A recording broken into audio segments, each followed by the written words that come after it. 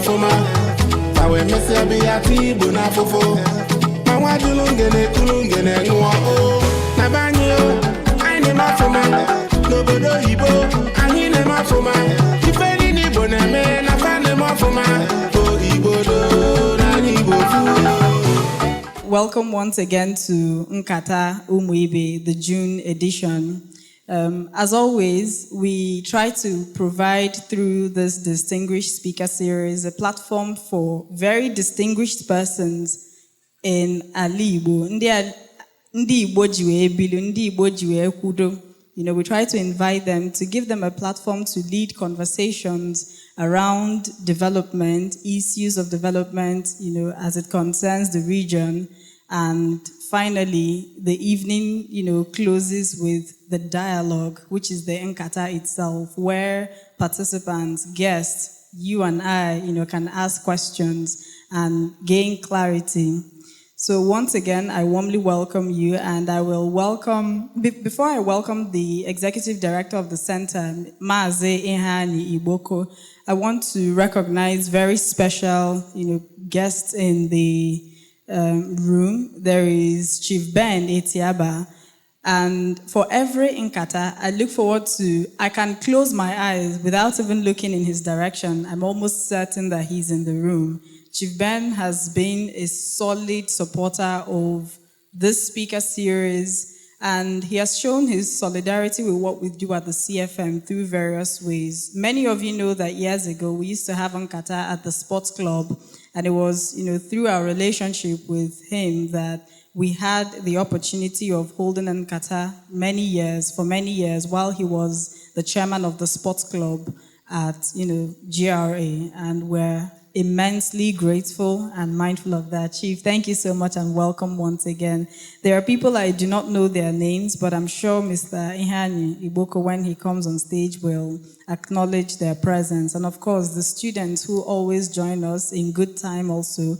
They were here for the mentorship session, which typically precedes the Nkata series. So once again, I welcome everyone in the room, students who have come from tertiary institutions. I can see a titled man in the building, but I'm sure he will also be duly welcomed when he takes the stage as the moderator of the panel session. No, Onya Obona, welcome to the center and welcome to Nkata June edition. Mr. Hani, please, it's a cue. Ndị banye kene mụ nọ n'afọ ndị Center for Memories ka eji anabata onye ọbụla. I na-ekene ebe pụrụ iche our distinguished speaker for today, Professor Chima Korieh, who for many months we've been trying to get him to do this, and on our try ka schedule ya nabata this arrangement. And even as he has accepted to speak, it wasn't the best of times for him. He's bereaved, he lost his mother, and the burial is happening in 6 days. But in spite of all of this, he still deemed it necessary to have this conversation. Prof, Ainekenegi Ebo Diuku. And like Angole mentioned, at the Center for Memories, what we try to do is to document the history, culture, and excellence of Ndị Igbo. And on a meka nyime otutu inye genyere Ndị Igbo aka ịghọta ndị anyị bụ and ebe anyị na-eje. And this June, we have a lot of activities at the Center for Memories. In fact, from the 16th, we are participating in an exhibition in London, London Design Biennale, where we are telling the story of the Ledger archaeological site, which happens to be one of the oldest Iron Age smelting sites around the world. And a lot of people do not know about it. And so we have collaborating with the Nigerian Pavilion to tell this story in London. For those who may not be in London, we're screening here on the 14th, so that you'll be in tune with the story and innovation and technology. Some of us do think it's a Western idea, but also we have our own inventions and innovation around here. I would love to see a lot of people attend that particular event. This June again, we are doing the Things Fall Apart Festival. It's a week-long festival that will bring all the literary community, cultural custodians here na Enugu. Our headline speaker is Chimamanda Ngozi Adichie. She'll be here in Enugu. And most people do not know that the Ajofia Nnewi masquerade, was created out of Things Fall Apart. And he will be here as well, to perform his poetry. So we are cooking a lot of, great and important meal for Ndebanye. And the good thing is that we have a lot of people who are coming from far and near to be part of this festival. Ka Ndebanye, on the Center for Memories, join in. And to crown it all, we are doing a global reading marathon where we expect people to read their favorite passage of the work in 2-3, minutes. We have received quite a number of, readings from across the world. And for secondary school and a writing competition, so we have a team already. So open a school the topic. I think our people will share it, with you. And you can follow us on social media to get an idea of other things the Center for Memories name. So maybe I only said I will say a few thank yous, but I think that will be done appropriately by the end of today's session. I know we came to listen to Professor Chima Korieh, and I enjoin everybody to sit well, relax, and be ready to participate in the next session. So thank you, and welcome to Nkata Ụ.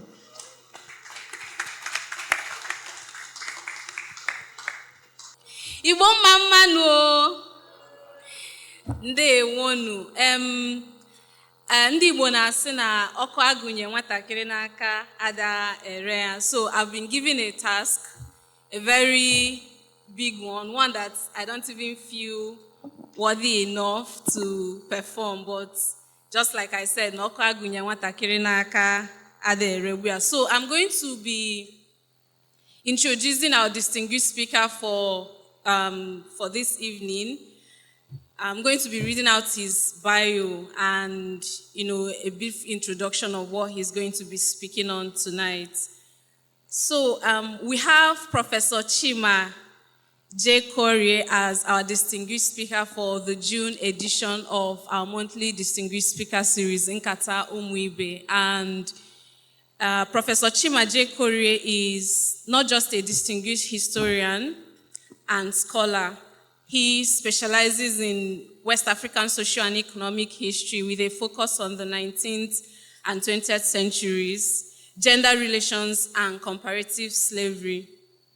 Professor Chima was born in 1962 in Mbise, Imo State, Nigeria, and earned a first-class honors degree in history and education from the University of Nigeria, Nsukka. And then he went on to acquire a lot of other advanced degrees, including a PhD in African history from the University of Toronto. Professor Korieh has held different academic positions across Africa, North America, and Europe as well, including teaching roles at the University of Toronto, University of Nigeria, Nsukka, and currently he's the Director of Africana Studies at Marquette University in Milwaukee, United States. Professor Chima Korieh is the former president of the Igbo Studies Association and the founding editor of the Igbo Studies Review. His research explores the themes of colonialism, imperialism, African diaspora history, as well as the socioeconomic transformations in West Africa. He has also published so many notable works, including The Land Has Changed, History, Society, and Gender in Colonial Eastern Nigeria. Professor Chima Korieh has also received several awards and recognitions, including the Rockefeller Foundation African Dissertation Internship Award, a British Academy Fellowship at Oxford University, and the Thabo Mbeki Award for Research Leadership. And today, we have Professor Chima Korieh speaking on the topic, ԻGBޮ GA-ADỊ, reclaiming the Igbo Blueprint in the cultural and political evolution of Sub-Saharan Africa. Ladies and gentlemen, with a resounding round of applause, please let's warmly welcome Professor Chima Korieh.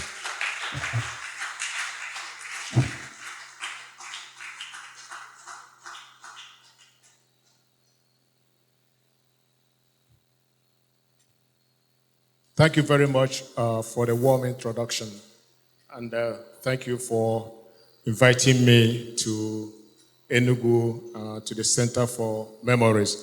So it's exciting to be here. I have had a good time since yesterday. It was a great opportunity to also meet some students who, this afternoon, who in many ways got me to think about things I have forgotten for a long time. So thank you very much for all coming, spending your afternoon with us. Well, my talk is going to be brief, and then I would like an opportunity to have questions and interactions, which I think will make this much more worthwhile. As a historian, my goal is to tell you or talk about a few things that relate to the Igbo past and how these events of the past can give us a window into understanding the Igbo today, but also how we can draw from the past to think about the future and to think about our humanity as Igbos. So my bias is in history. I have paid a lot of attention to Igbo history, particularly the interaction of the Igbo with European colonialism, as well as the impact of the Igbo people on the Atlantic diaspora. So I'm going to focus on two things. I don't know if we can move this. Okay, so I'm going to pay attention to a few themes, depending on what time we have.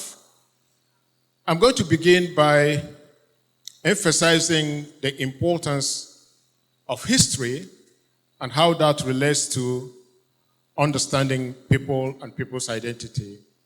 And then I'll pay some attention to how the Igbo people have been central to the making of what I call Sub-Saharan Africa today. And then I will pay some attention to the Igbo people and how they have shaped what is today the Americas.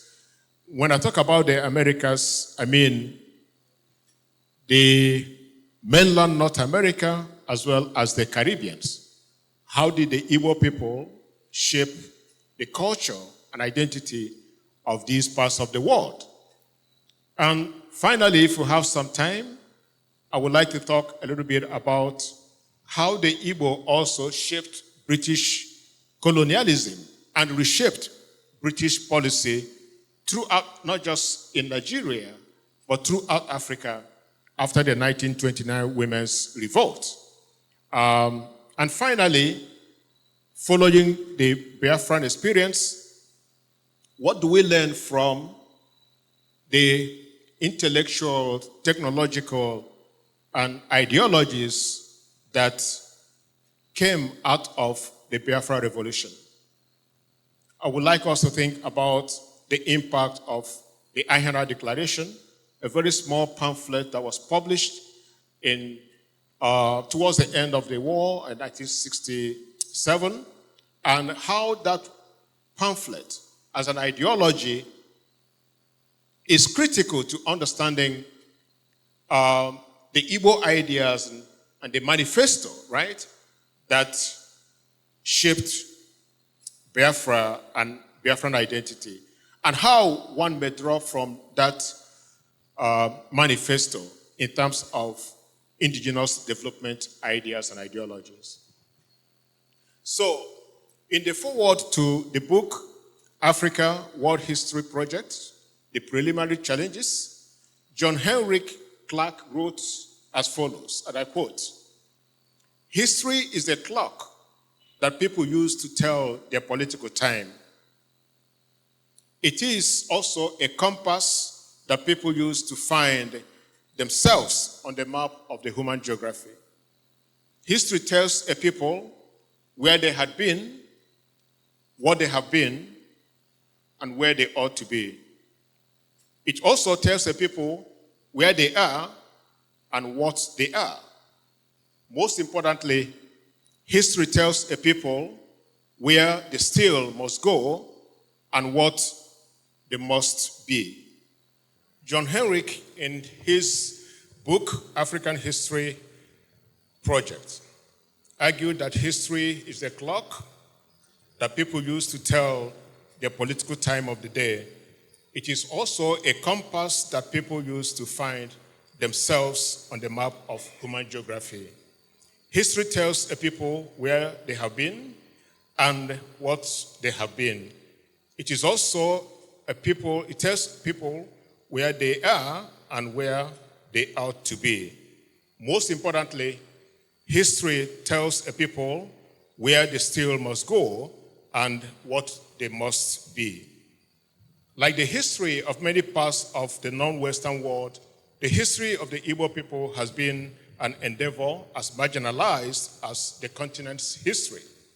Yet, the Igbo past is truly a global tale in many respects. Understanding this past from a global perspective provides opportunity to rethink the past as it has been told through the traditionally Eurocentric narrative of the past. But most importantly, it helps us to reaffirm an Igbo identity, one that has been changing historically, but often contested too. My goal is to present, I think in a simple way, Igbo history and its major impact on different aspects of Sub-Saharan Africa and global history. I would rely on direct and indirect evidence to accomplish this task. Perhaps the first place to begin is to think about the role and impact of the Igbo on the Sub-Saharan African area or region of the world. By Sub-Saharan Africa, I mean the whole part of Africa below the Sahara Desert. And I'll begin by a phenomenon that is known as the Bantu migration. I don't know if we can get the map, the slide.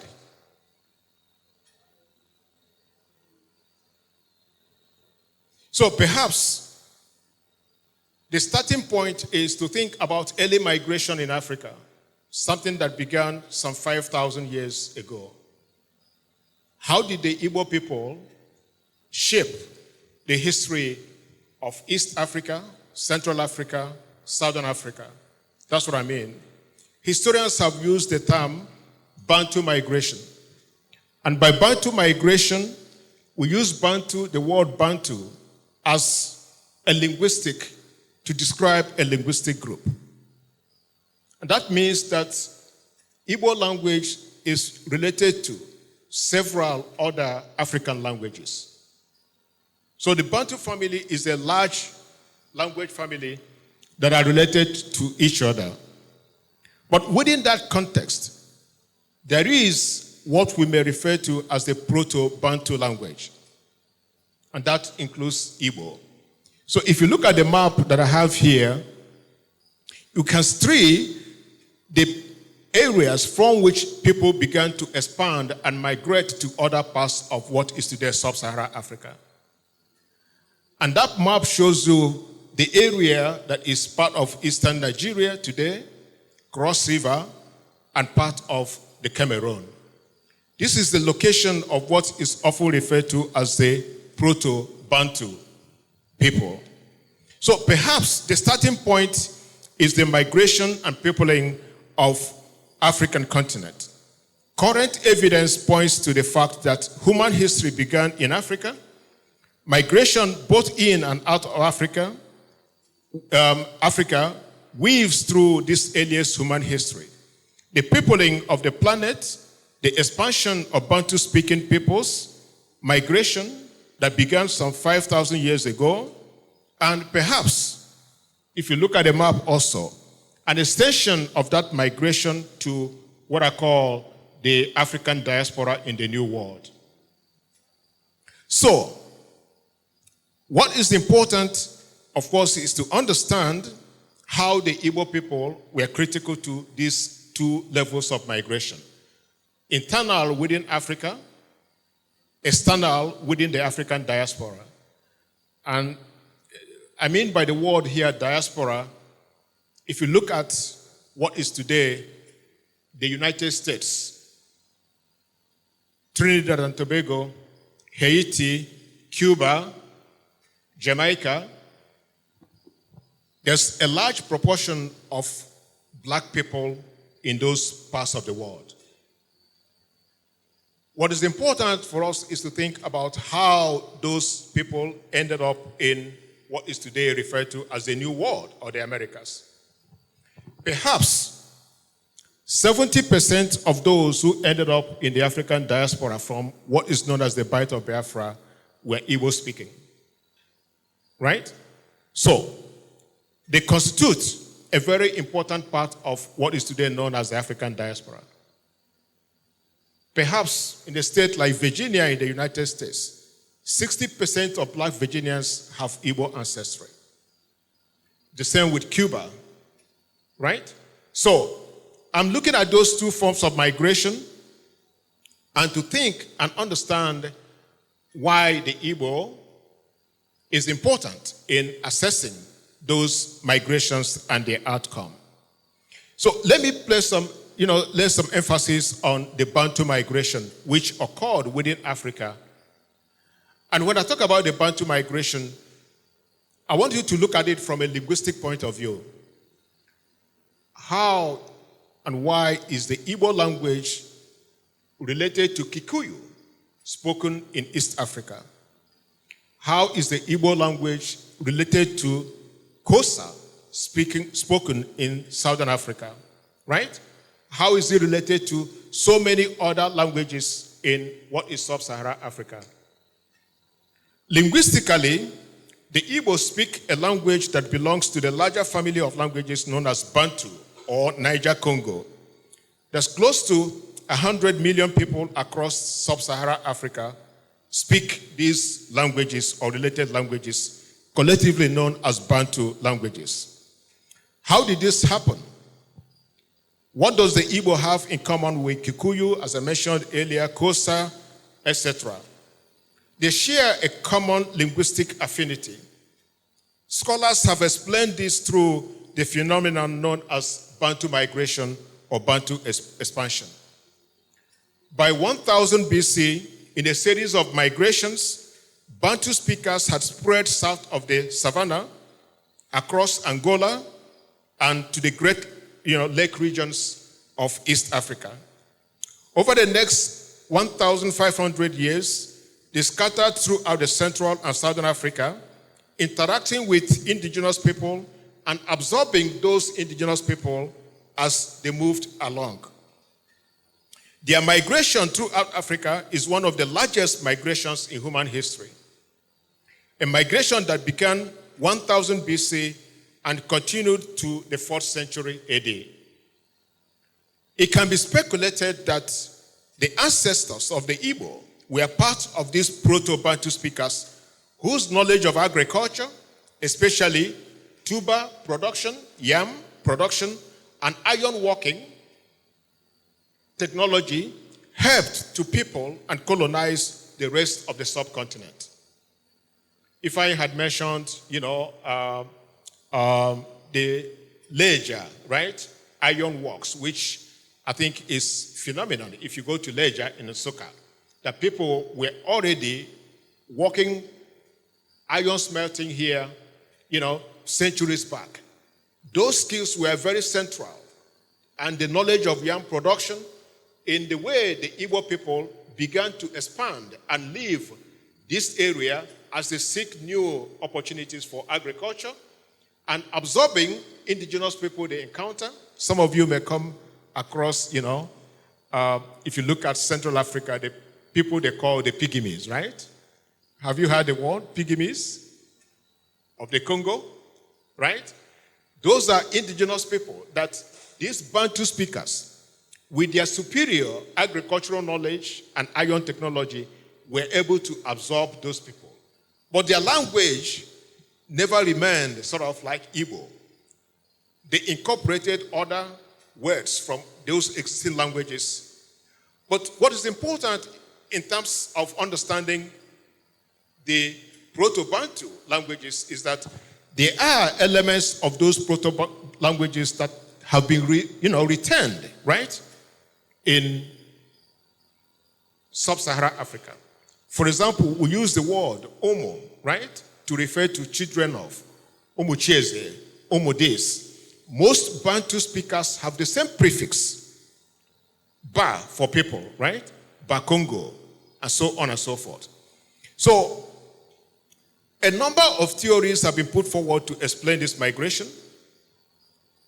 There is speculations that overpopulation encouraged some groups to move to new places in search of fertile land and in order to practice agriculture. It is important to emphasize that both the development of agriculture and the existence of unusually high population density have been a defining character of Igbo land even to today. The long history of plant domestication is evident in the large variety of food crops and edible plants in Igbo society.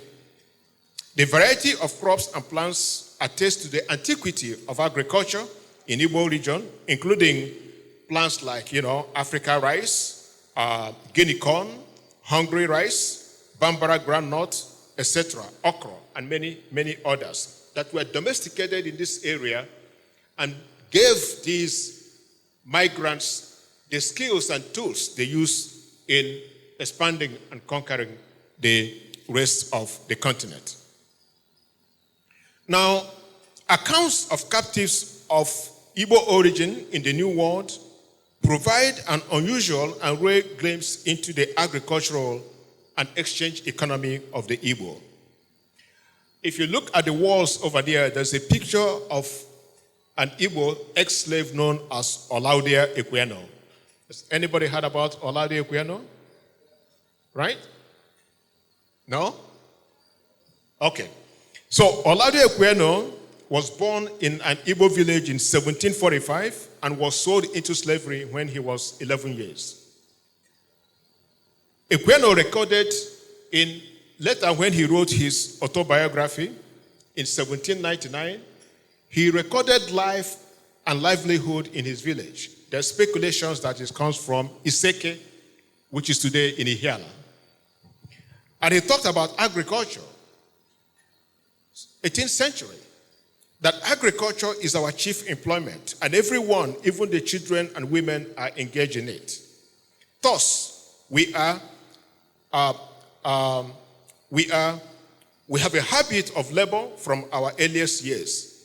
Equiano's description of Igbo society and the economy in the 18th century is supported by accounts given by other Igbo slaves in the Americas.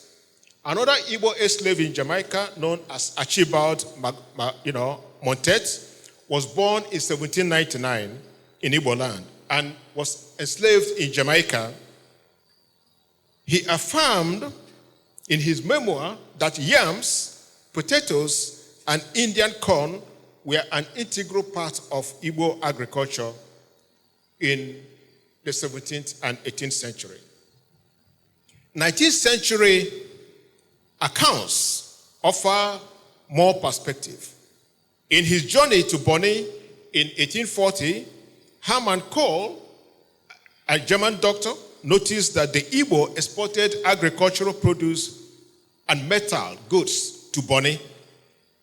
He described the Igbo as rich in natural products, including maize, rice, yam, oil or palm oil, dyewood, and cotton, and was quite indispensable in providing staple food to Bonny. Bonny is in the riverine area, right? W.E. Crew, who visited Nsukka in 1866, was impressed by the abundance of agricultural produce, and he described that in the market they abound in corn, palm oil, palm wine, fish, deer, meat, dog, and other products like fowl, tobacco, eggs, and yams. What I'm trying to emphasize is the importance of understanding the antiquity of agriculture in Igbo land. And it is this skill of agriculture and iron technology that enabled the Proto-Bantu speakers, which includes the Igbo, to expand and people what is today Sub-Saharan Africa. Am I making sense? So, if you look at what is today Sub-Saharan Africa from here to South Africa, this is the migration that began from this region and continued over thousands of years. That people didn't reach the Zulu, the Swana, the Soto, the Ndebele. They didn't reach what is today South Africa until about the 9th century. Not too long ago. That migration pattern began here some 5,000 years ago. So we can't understand the making of Sub-Saharan Africa without really thinking and understanding the role of the Igbo and other Proto-Bantu speakers in what is today, right, West Africa, in the area of Nigeria and Cameroon. Let me go to the second point, which is, if you look at the Americas, which includes the United States and the Caribbeans, there's a long history which began when the Europeans emerged in West Africa in the 15th century, seeking gold, trying to buy gold, which was abundant in West Africa, and which formed an integral part of the trade between West Africa, North Africa, and the Mediterranean world up to the 15th century. By the 15th century, the Portuguese became interested in having a direct access to the gold of West Africa rather than buying from the Arab middlemen, right, who brought the gold from across the Sahara. This exploration of West Africa opened up opportunity for the first time for direct contact between Europeans and Africans. Imagine in West Africa to demand or to seek gold created the first opportunity for Europeans to begin also to trade and enslave, Africans. So the Atlantic slave trade began from the 15th, 16th century due to this contact between Africans and Europeans. Why is this of interest to us? If you look at the areas involved in the Atlantic slave trade, it is from the area of Senegal today to the coast of Angola, South and Southwest Africa. By the 17th century to the 18th century, most of those being enslaved into the New World was coming from what is today the Bight of Biafra, right? Bono, Calabar, right? And others. But most of the enslaved people were coming from the hinterland, from Igbo land, facilitated by the Aro, right? Using the Ibinukwabi. What is my interest here is perhaps to think about how the New World changed, because out of the number of enslaved people that came to the New World, there's estimate that perhaps 11% of those came from the Bight of Biafra and were Igbo. So in many important ways, This large number of Igbo people from the Bight of Biafra became very significant in terms of shaping New World culture. You can look at the map here to the table, to think about different areas where people from the Bight of Biafra, or mostly Igbo people, ended, and the percentage of those in the New World. So, as the evidence suggests, the large number of enslaved Africans from the Bight of Biafra were Igbo. David Eltis and Richardson estimate that about 1 in 7 Africans shipped to the New World during the era of the slave trade came from the Bight of Biafra, was Igbo speaking. This corresponds to about 11.9% of the total number, for which we have data today. Douglas Chambers suggests that about 11.6 million people were estimated to have been shipped to the New World between 1470 and 1860, and 1.7 million of those were transported from the Bight of Biafra. If his estimate is correct, it means that 80% of those shipped from Calabar, Bonny to the New World were Igbo speaking. From a transatlantic perspective, and when compared with other, like the Yoruba, the Ewe, and many others, we do not have a lot of history of these Igbo people in the New World. In fact, we do not get a sense that the Igbo, to a very large extent, contributed greatly to the making of New World culture. What is important to emphasize, of course, is why is this the case? If you go to Bahia in Brazil, there's still people who practice traditional Yoruba religion. So when you look at the Atlantic world, you think, oh, it's a Yoruba that's sort of made up, right, the Atlantic world. Even though there were more Igbo people that were enslaved than many other groups. Why is this the case? My argument is that, for one thing, we have to understand why the Igbo and Igbo identity was largely suppressed in the New World. We come from an area, the Igbo come from an area where the nature of the political institution is very Republican. The Igbo didn't have a history of centralized power and authority, right? The idea that Igbo enweze.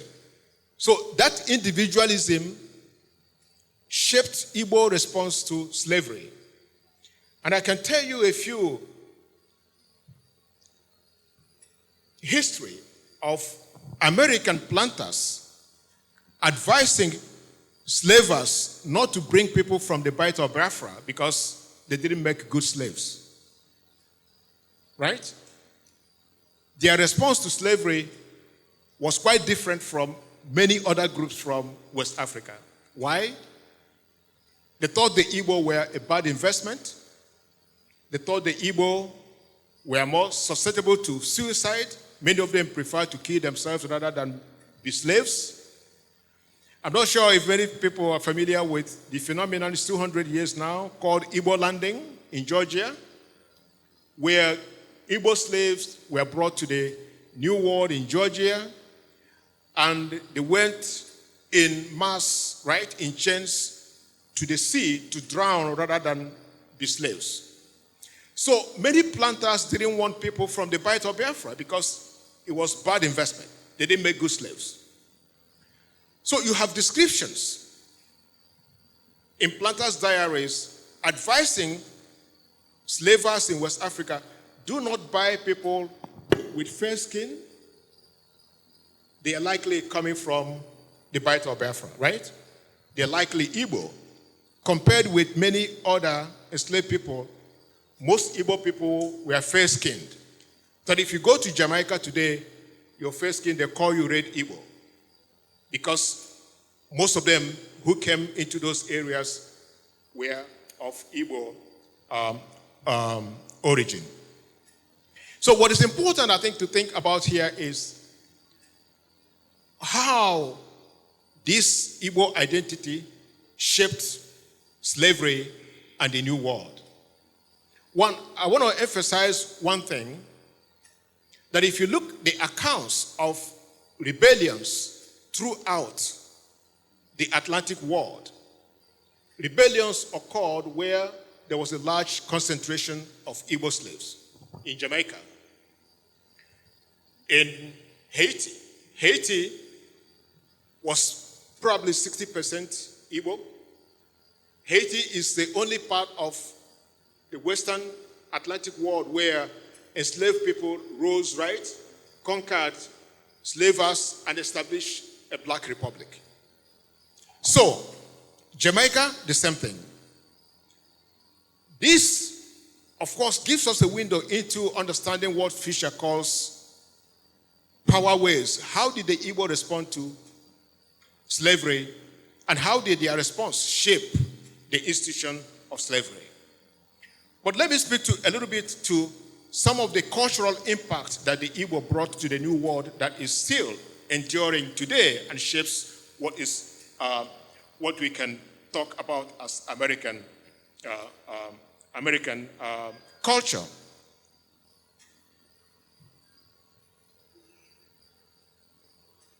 We talked about the Igbo people as a young people at heart. If you have read Things Fall Apart, right? It makes this very evident. When we talked about the Bantu migration, I talked about why yam and the knowledge of yam and agriculture was central to the Igbo, transmitting, expanding throughout what is today West Africa and shaping Sub-Saharan Africa. The Igbo transmitted aspects of their culture, including the yam culture. Here we have Ahajoko, right? But in places like Cuba, they have what they call Jonkonu, which is basically Ahajoko lecture. Ahajoko ceremony. Transmitting them into the New World that today they are part of New World culture and ideas and religion. There are certain crops that were brought into the New World, into the Caribbeans, that were of Igbo origin. I mentioned okra, right? Okra, the food culture that in many ways shapes the New World today, have some origin in Africa. Not just, the Igbo, but the ideas about cultivation of things like rice were introduced by the Angolan slaves and things like that. So the Igbo have been central and important in understanding and shaping the New World. Douglas Chamber identifies evidence of what he calls Igboisms in Anglophone American society, which includes Igbo dietary habits. Okra, for example, a staple of Igbo diet, was one-pot soup, was identified as Igbo in origin. The vegetal parts of American food, culture, or what is called soul food today in southern United States, indicate a strong Igbo presence in Anglophone slave foodways. Most importantly, were yams, black-eyed beans, and greens. These were the basic food crops in 19th century and early 20th century Igbo society. In the diaspora, the Igbo continued to grow yams and maintain nearly all the secondary subsistence crops of their ancestral villages and agriculture. There's clear evidence of Igbo influence in power ways, or what Fisher has identified as attitude towards power and authority, and the patterns of political participation. Slaves in America drew on similar social resources in order to order their individual and collective lives. Though there were no major slave rebellions in areas such as the Chesapeake and Western Jamaica, where there was a strong Igbo presence, Igbo slaves tended to resort to more forms or other forms of resistance, including suicide, escape, concessional negotiations that in many ways shaped the slave culture and society. I talked a little bit about the Jonkonu and other masquerade festivals that have their origin in West Africa that are still practiced in the New World today. The tradition of doctoring here we call dibia, right? Medicine and dibia. In the Caribbean, they called obia, which is a corruption of dibia. These sort of ancestral or Igbo traditional medical practices have been transmitted into the New World and still form part of Afro-American and Afro-Caribbean culture today.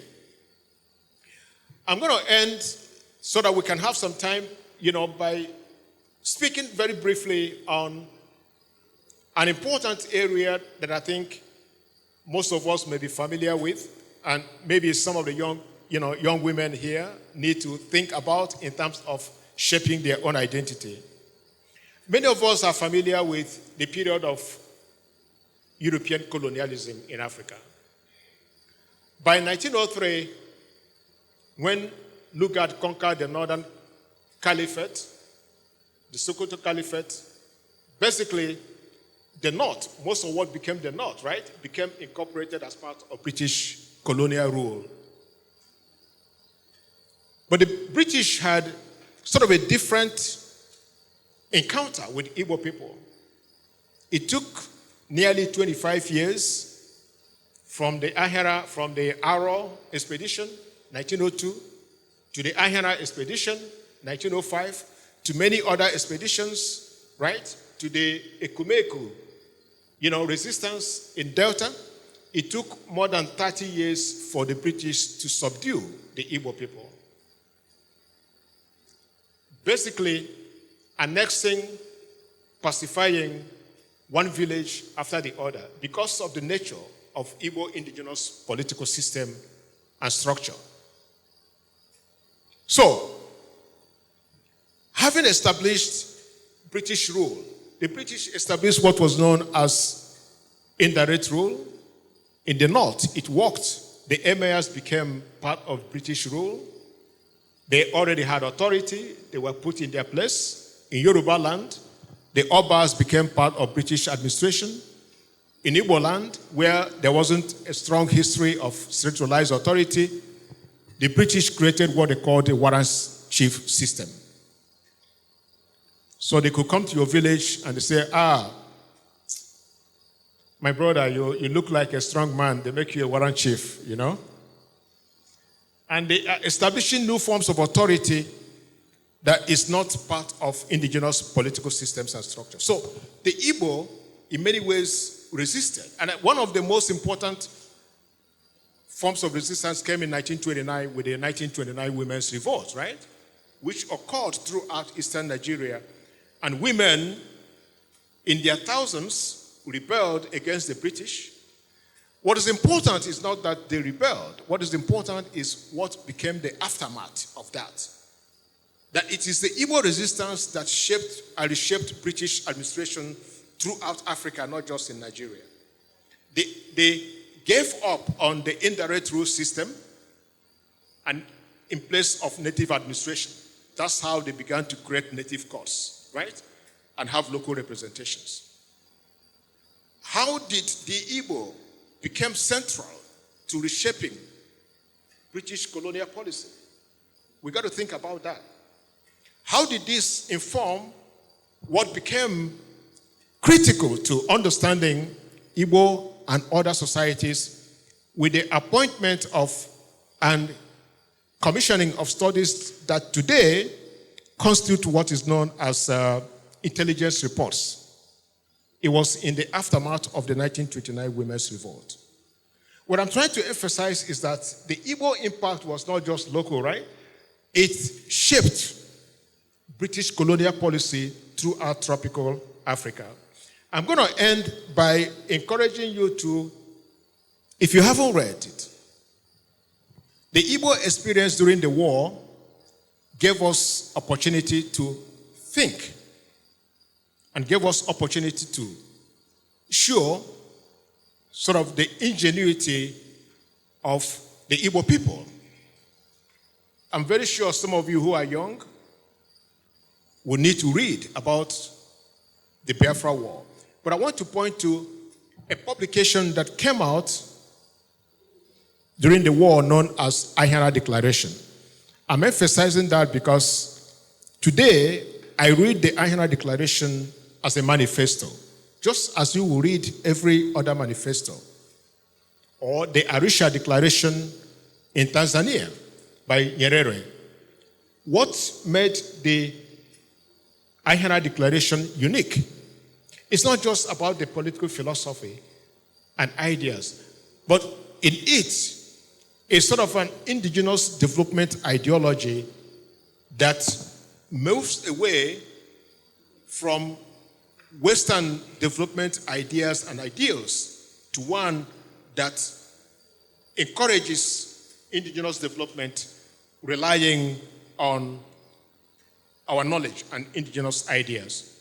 So, what is important, I assign this to my students in the United States. Read Ahena Declaration, read Arusha Declaration in Tanzania, and analyze how the indigenous ideas about development differ from Western development ideas, and to what extent this would have made a difference, right? If, for example, Biafra had succeeded as a country and as a state. Because by 1960s, Eastern region was the fastest growing developing economy in the whole of the developing world, including Asia. How did that happen? The Opera Revolution and things like that. How did that happen? Even though the war kind of ended that, development and ideas. What is important is what can we draw from these past ideas and Igbo contributions to the new world in terms of building a viable, right, society and culture in Igbo land? What lessons can we draw from these in understanding ourselves and our identity, and understanding what we have given to the world and the pride we can take in attempting to rebuild our own society looking on the past?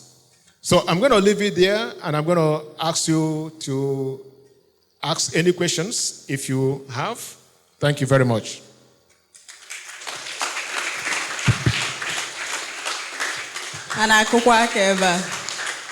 Thank you very much, Prof. Thank you so much.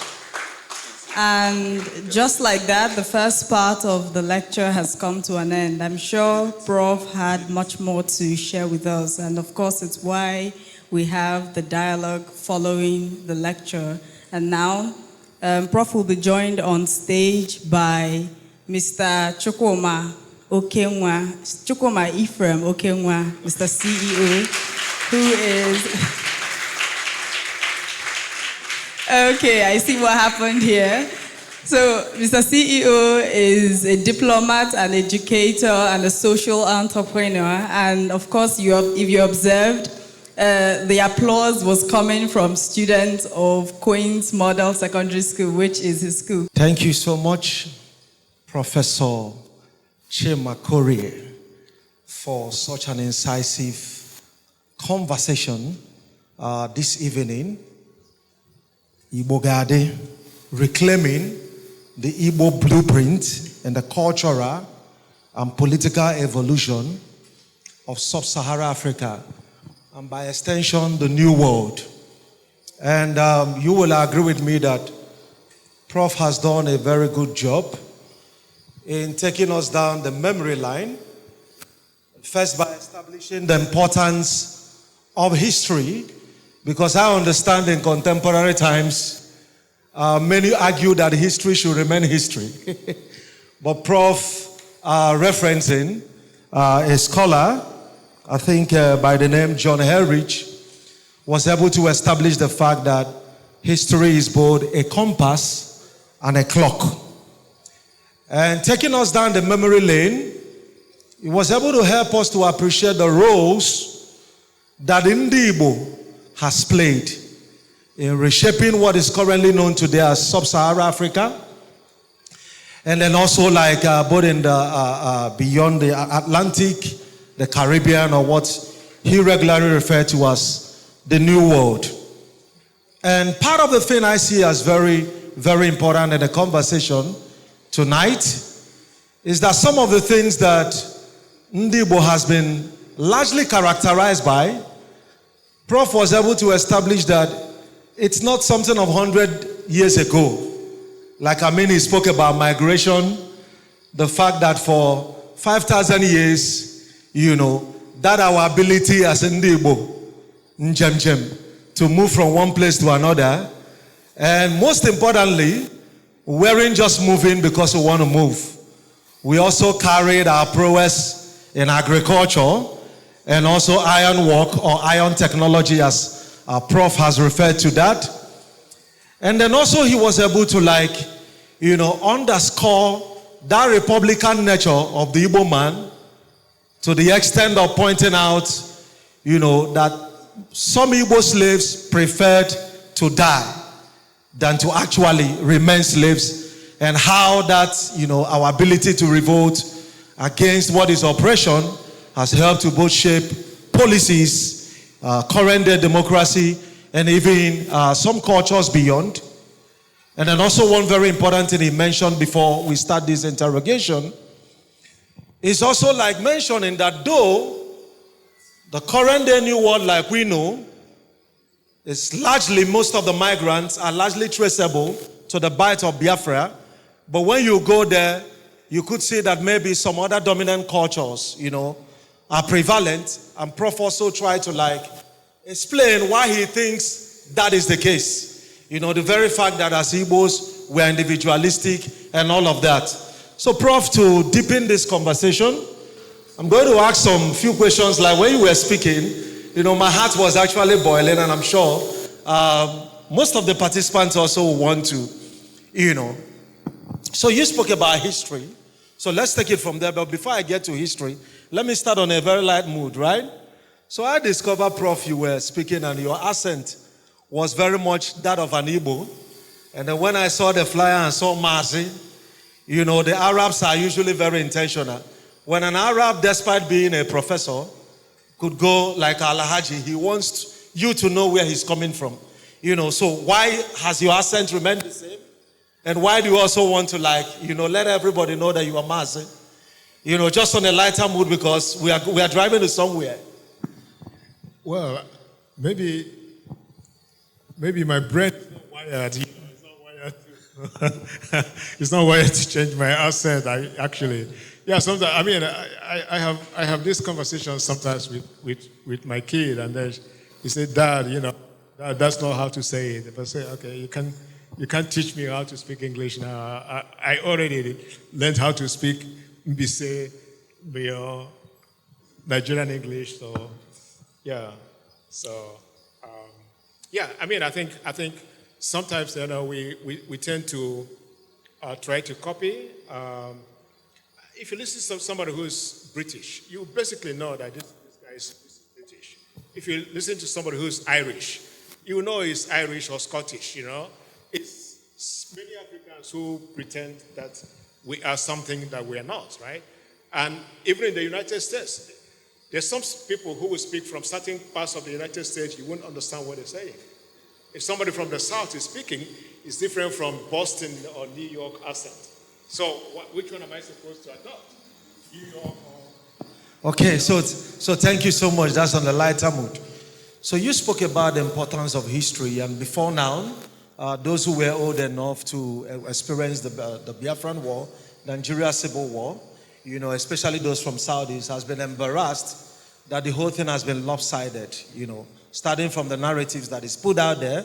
Secondly, to the fact that today, when we celebrate the Army Day, right, which we know where it stemmed from, celebrating on the Nigeria side, the armies that lost their lives, there's no inclusion. In fact, the word Biafra became almost like a crime to mention, right? And in so much that when the recent curriculum was introduced for history, there was no single mention about the Biafran War, which is one of the most defining events in Nigeria. So for such kind of things, what do you think should be the response of Igbos, like critical stakeholders, and such that an aspect of history, 30 months defining moments of the nation, was deliberately, after the agitation that we can't deal, with excluding a past that is very significant like this. And like we could see, several years after, the agitation has continued in Southeast. So how would you assess such kind of, omission by those preparing the curriculum for our students? Yeah. They say every history is political, because it's written from the perspective of those who write the history. So if somebody is writing the history of the Biafra War from the federal perspective, they're going to write a different history. It doesn't mean that objectivity in history doesn't count. That's very important. But the politics of history is sometimes historians have to think about what their writing contributes to, or how it contributes to shaping, right, social consciousness in society. So if you're writing the history that excludes aspects of the Nigerian history and narrative, then that history is not complete.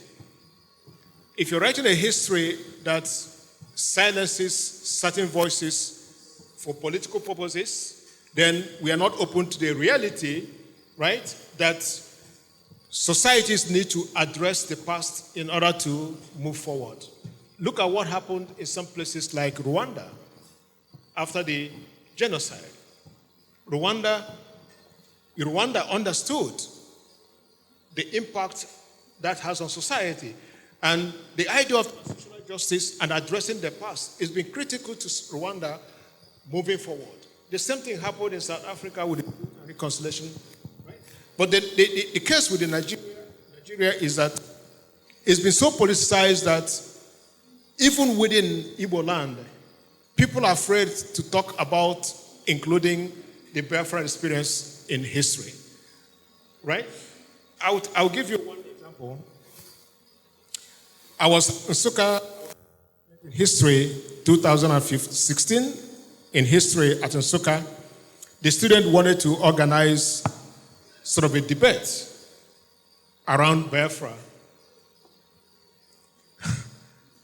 The whole university was, there was call from everywhere. You can't do that. You can't do that. This is in Nsukka. Nsukka is the intellectual, right, root of Biafra. Most of those who wrote the Ahira Declaration were people who were teaching at Nsukka. If you can't debate or talk about Biafra in Nsukka, how can Ahmadu Bello talk about it? Ahmadu Bello University, right? So we are afraid to confront history and to address the past because of, political expediency. Yeah. Okay, so, like Prof, when you were speaking, I began to really think deeply that when something is a trait, right, as in something that this is us, then we're unapologetical about that, because when you spoke about our Republican nature, how it has both helped in our unique advancement, posing resistance, and how that has also created some forms of enmity, we have to keep these people under. We'll have to find like a template to ensure that, we're going to destabilize them as a people. But regrettably, it does appear that in Igbo land today, right, even though like we are free amongst ourselves in the 5 eastern states, you've also have like a situation where we've not been able to leverage that our Republican nature to build a template of governance different from regions where historically, like you pointed out, has had hero worship as an order. Don't you think we should be different in any way, since that we are Republican, we've been democratic, but all of that has not culminated into a better experience in governance? How do you think we can leverage our uniqueness as a people to create a new governance model that we truly distinguish this region as it was, early when our region was, one of the fastest growing in terms of economy? I think one of the most important changes that are shaping place is balkanization of Igbo land in addition to other parts of Nigeria, right? The creation of states, beginning with Gowon, was a very significant moment in the history of this country because it was one way in which the idea or sense of Igbo ethnic identity became destroyed and less important. And the creation of more states within Nigeria, including Igbo land, has continued to sort of create boundaries of difference that, today we're talking about Anambra, Enugu, Imo. Sometimes in terms of what divides us rather than what holds us together as Igbo people. And that is a shame because most of our political leaders, unlike in the past, are playing into the national politics, right? They are more interested in being relevant at the national level, no matter what is at stake, rather than thinking about the Igbo as a geographical area and how they can leverage upon, right, the resources within here to create a development zone that will benefit the whole region as a whole. So that's sort of a challenge, basically. So political marginalization is part of the outcome of balkanizing, ethnic groups in Nigeria, beginning with Gowon. Do you think the Igbo nation in any way is challenged with identity crisis? Considering the fact that many parents are sincere that, if my children can speak English, then that's an indication of being educated.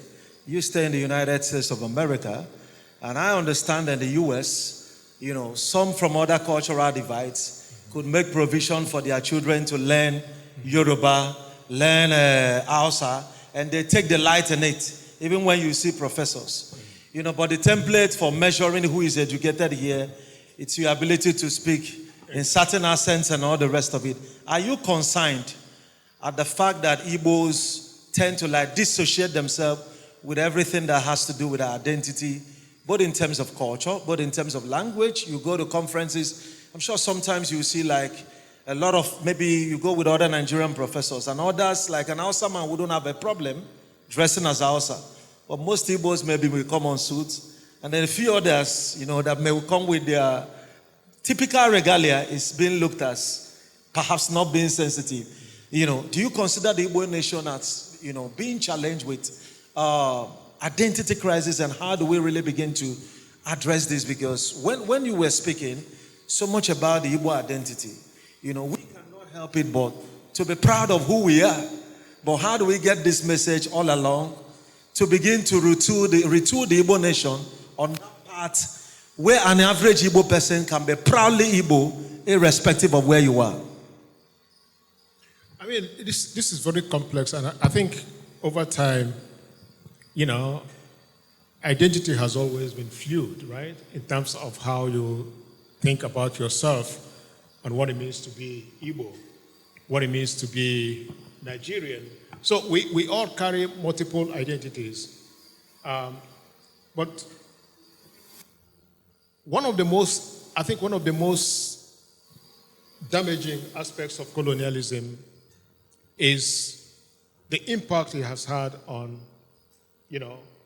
African Igbo identity.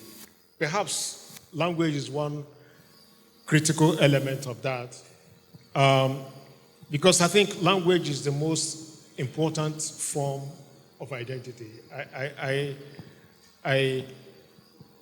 You look at Africa today, it's French, Portuguese, English. Those are some of the official languages, right?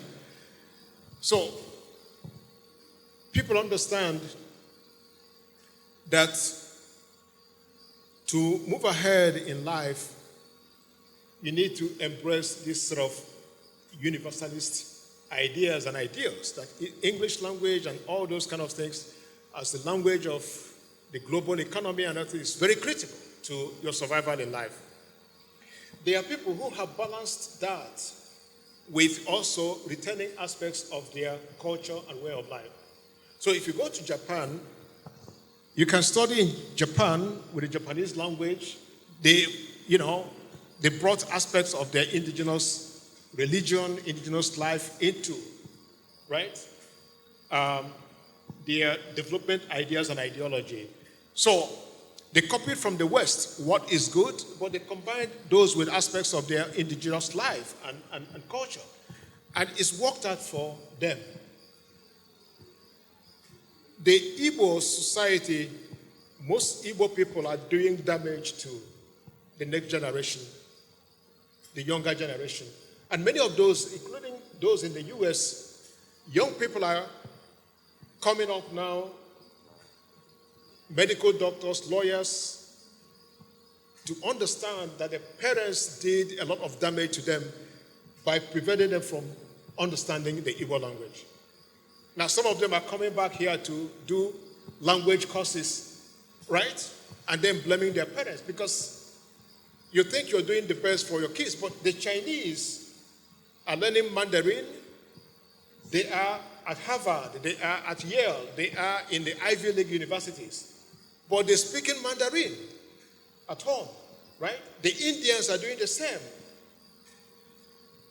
There's some efforts, in the United States, like places like Chicago, for example, the Center for Igbo Studies, to teach kids the language.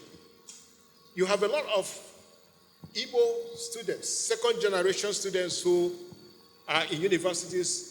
When they need a foreign language that includes Igbo, then they're looking for, right?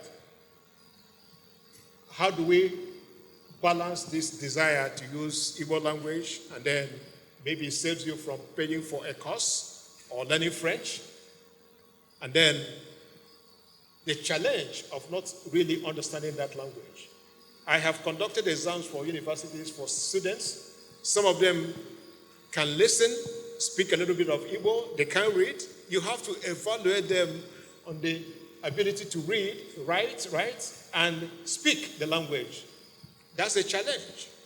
At University of Toronto, I could get away with just studying French, right? Because I have Igbo language, and I could speak and write Igbo. I said, okay, my study is going to be in Igbo area. So it has an advantage. Some parents are doing, okay, my daughter speaks Igbo.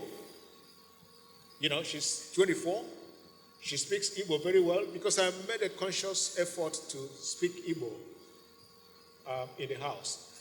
That's a challenge, I think, but it's even worse, like in Enugu here. I know there are many parents who... Yeah, that's right. Okay, so 2 more short questions and then we'll open up the mic. The next will be, so when you spoke about agriculture, and also like connected it to our yam culture, which we have also like impacted some parts of Africa. And I was really thinking, Igbos then and now, and you did mention that we exported foods. And in contemporary Nigeria, we've had time where people from some parts of the country threaten not to allow the movement of food to the southeast. And in my heart, I said, what happened? So, Prof, what happened and how can we begin to reclaim that identity, to really reflect our position in terms of agriculture as something as a matter of identity, not just as a practice. Yeah. I mean, if you look at most of the early accounts, it points to the Igbo people as an agricultural people at heart. Equiano, many others, and many Europeans, even Eza, they talked about how the Eza use manure and the centrality of agriculture to their lives. There's been a lot of changes, basically. One of the most important things, I think, is to think about what I call agricultural evolution. there's been movement away from agriculture to other, activities, particularly with Western education and things like that. So you have an aging population that doesn't have the kind of labor that you need for agriculture and agricultural purposes. Some of them are environmental. There are places in eastern Nigeria where people were dependent on agriculture in the past, but today you can't have an acre of land. In places like Mbise, if you want to be an agriculturalist, plant, there are people who do not have an acre of land, So the population density is so intense in parts of Igbo land beginning from the 1940s. You can see some areas more than 1,000 per square, So agricultural evolution movement into other areas has been fundamental, and then the lack of labor and the idea that, agriculture is less prestigious and things like that, that is sort of made it very dependent, us very dependent on the market for survival. Even for core things, very simple things like planting, vegetables and planting pepper. When I was growing up, everywhere in the village, every woman planted, had pepper. You can see everywhere. But now, I walk through my village, you can't see a pepper farm. Then you go to the market, you buy very small stuff for like 500. I'm like, what is going on, right? So that's a challenge. And we've lost the core value that is attached to agriculture as a form of identity, right? And you're a man because of your yam barn. You're a man because you're defined by the quantity of yam you produce. You're a woman because your cassava or your cocoyam defines what you are. That sort of affirmation of identity that's dependent on agriculture has kind of disappeared. Right? Okay, so one more question for you, and then we open the mic for questions from the participants. The word reclamation somehow suggests like it's almost we are losing it. And from your lectures, we can understand we've, not only had a blueprint that others replicate across the globe, and it's making waves through that. We've also left our footprints all across. But when you look at the center, of this blueprint and the footprint, there's a need for reclamation. So question will be, who will do this reclamation? When and how do you think this would happen? How do we move from here? Just moving beyond the theory now to like taking practical steps. If you are to mention 3 steps you think all of the participants here and those joined virtually can take, what do you think is 1, 2, 3 steps we need to do to begin to ensure that when you come to the headquarters of this nation that have so impacted the new world and Sub-Saharan Africa, you're really going to confirm that this is indeed the headquarters? It's very challenging in the contemporary context because if you look at the world today, you look at Nigeria as a whole, the East particularly has a challenge that has its origin in the war. The post-war challenges have never abated in many ways. So it leaves this region with less opportunities. It leaves this region with a crisis in terms of infrastructure, in terms of job opportunities. Young people are left with no option than to seek opportunities abroad. Some people may look at it in terms of, this is an Igbo advantage. There are many people abroad who would like to reinvest here.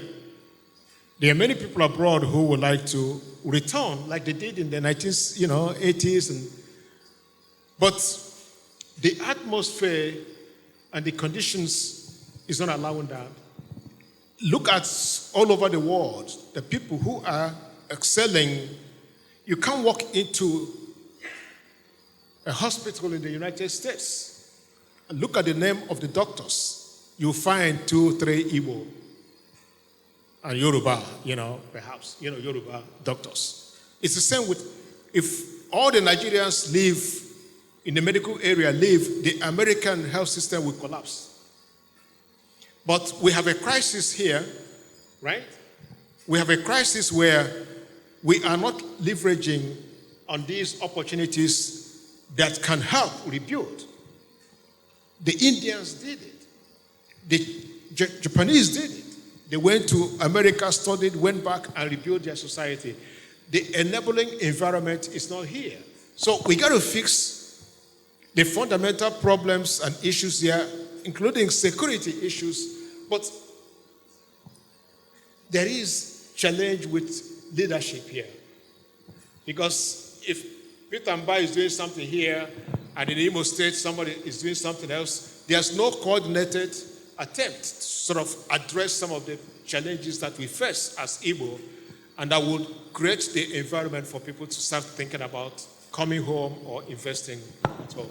Thank you so much, Prof. And on that note, can we once more celebrate him while we now open up the mic for you to contribute? So please, the mic, yes. Let's start, okay? So please, yes. We'll take 2 from this side and then 2 from this side, and then we'll still come back. Please go ahead. Yeah, good evening, Prof. And thank you for answering some of the questions that agitate my mind. My question is very brief. But before then, I want to start with in 2021, I remember, or 2022, the Buhari administration scrapped the study of history in our schools. And then, having traveled to Sokoto and seen a hall called Ariwa Hall, and also in Ibadan, seen another one called the Oduduwa Hall, and here in Igbo Enclave, I've not seen anything like Biafra Hall or Biafra Museum or Biafra anything attached to that. So by that, I want it goes along with the saying that nobody dates you without your consent. So I want to ask you this evening: are you by this lecture calling on the Southeast governors?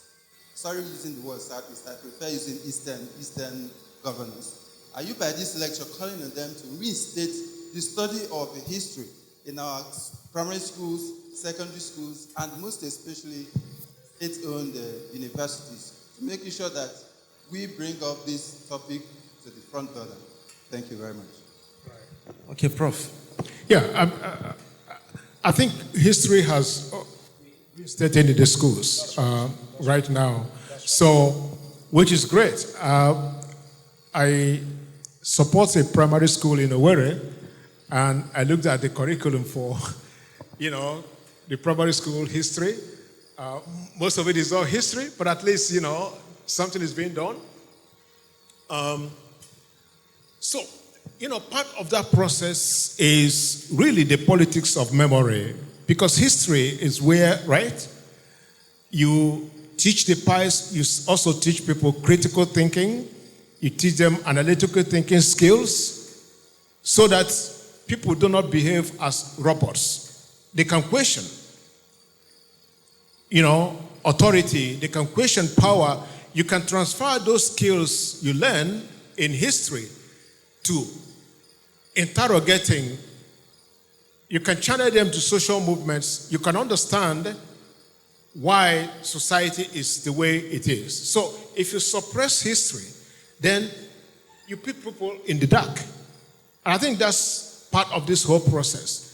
And in the attempt to stop the teaching and understanding of the Nigerian past, especially the history of the war, we have a problem of really denying the younger generation an opportunity to understand their past in order to elevate, their future.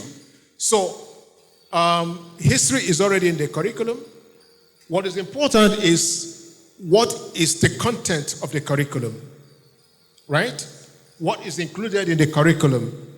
There's a guy from Princeton who is currently doing a study in Nigeria right now from Princeton. He's a white guy from the United States studying the inclusion. To what extent is the Nigerian Civil War experience included in the curriculum? This is an American from Princeton University, right?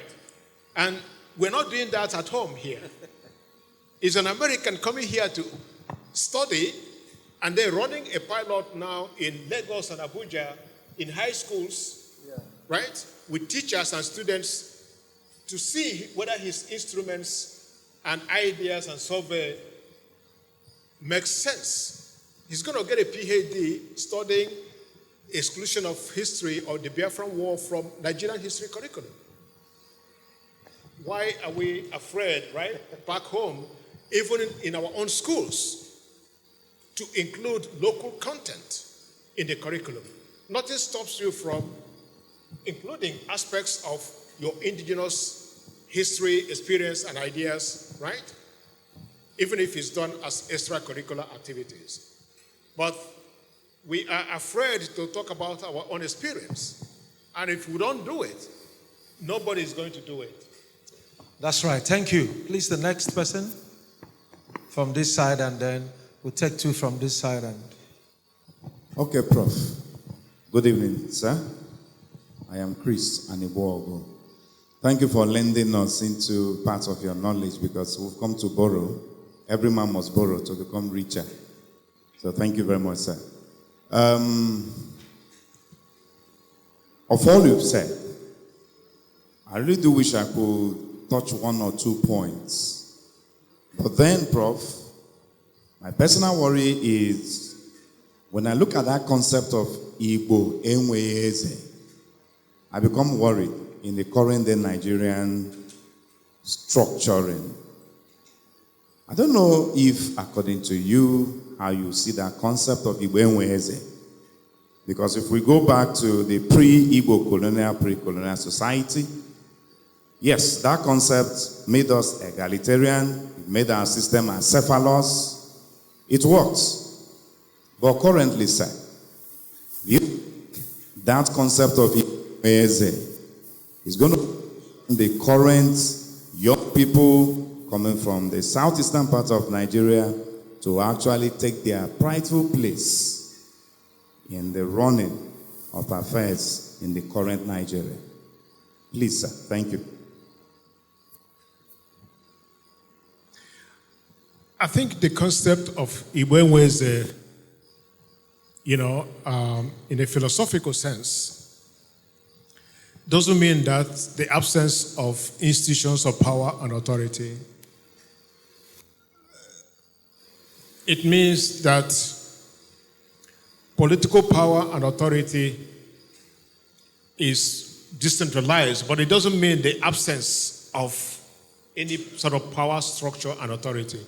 So even within a kinship system or a clan system, there is still an understanding that a particular individual, whether by age or particular, characteristics, is the head of that. What it means is because of the different or numerous layers of power and authority and structure, the Igbo do not have sort of an over,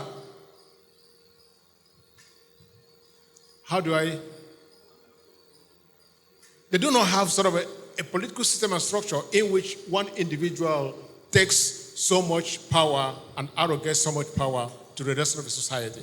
And I think that's kind of important in the way I looked at, I talked about the Igbo response to slavery, right? I'm not saying that the other societies were so docile, but if you look at areas where there were Islamic systems, or where you had centralized powers, like in the Yoruba society and culture, their response to political structures and authority was quite different from the Igbo. It didn't mean the Igbo didn't recognize. After all, there are many sayings in Igbo society that make reference to king, right? Ihawu Ezeji, right? So what is the term? What does the term Eze mean? We may not translate it directly into king, but it means like, somebody has a higher power and authority than the rest, right? So, Ihawu Eze Umanumano, right? We have folk laws. They say, Ihawu Eze Umanumano. That means there's a recognition. If it's Mbe, Mbe has something that others do not have that makes him king, right? It may be not his age. For us, it may be age and stuff like that. It may be, position as a priest, an oracular priest. But there is still a recognition that institutions of law and authority are obeyed, but the only thing that the legal system and the process through which that is done is not through a particular individual. In contemporary society, there's sort of the creation and bastardization, right, of chieftaincy institutions. My own in my village is like 20 years now, but you go to my village, they write ancient kingdom, right? And the Eze, there's some now answering Royal Majesty in my, near my village. Royal Majesty, right? And then they're creating all this sort of aura of political power and authority that has no basis. So what I see really is sort of a crisis of identity when it comes to our political systems and structure. We have a crisis of identity. I don't know, in my area we have this stuff we have a local meeting that is called Aladema. This is the power at the very local level. It's men, in some places it's women, and they meet maybe once a week. They look at cases, people bring their issues, and they can judge some cases outside of the influence of the law and the state and the local government. But there are also areas where they cannot intervene. If you kill somebody, Aladema is not going to do it, right? We have this crisis that at some level we have returned aspects of our indigenous political system and structure at a very local level. At a higher level, that is being challenged by new state institutions and structure. So when the governor makes somebody a chief, it's very political, right? Or a king. Or when you go to parts of Enugu here, you have the phenomenon that this person is Diala, right? This person is, what's the other one? Huh? No. I know I went to part of Okonano, right? Yeah, so they say this village is Diala. Okay, yes, And then yes, they say yes. this Yes. village That's is Ohu and Ohu. Amadu, yes. Amadi, sorry, Amadi system, and Ohu, yes. right? And then you can't hold some political power because you are, and then you can't dance Igede because, and I'm trying to understand really why those in political authority and power still, despite the economic dynamics, you can't say, this person is richer than this, right? Because these villages have some level of economic equity. But at the social and cultural level, you're trying to retain aspects, right, of that indigenous, I'm trying to explain, I'm trying to understand why is this the case, right? Is it because now the so-called Ohu, some of them are economically very viable. And now, if you don't have any other way to bring them down or challenge them, their participation is okay, they can't do us together. Yeah. Or they can't marry. I'm not a sociologist or anthropologist. But this is very interesting in terms of how politics and institutions of power and authority like kinship system, right? That is introduced, that is foreign to Igbo land, is shaping contemporary Igbo society. So what happens is that the other group there says, okay, we'll have our own Igwe. Right? It happens in my village. You quarrel with this village. My village is very small. We have a king. You quarrel with the other village. They say, okay, we want our own king. And you go to the meetings, kids will say, who is Onyeze? That's the thing, Iwenweze, right? Because it doesn't have the kind of indigenous root that you find in many other societies. But it doesn't mean the absence of, political structures or systems, or that the Igbo live in anarchy. Yeah. I don't know. I mean, it's a long, rambling question. I don't know whether it answers the question. Thank you so much. And then from this end, yes. All right. Good evening, ladies and gentlemen. Uche Gabriel is my name. Let me start by thanking you for the lecture.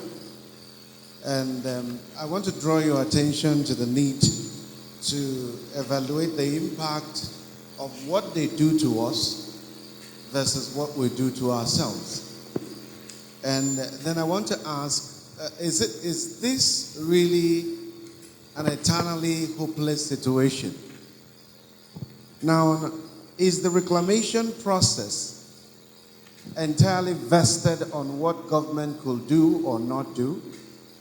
And I'm also curious to understand, doesn't the Republican nature of the Igbo man suggest that this reclamation could begin with us rather than waiting for the government endlessly?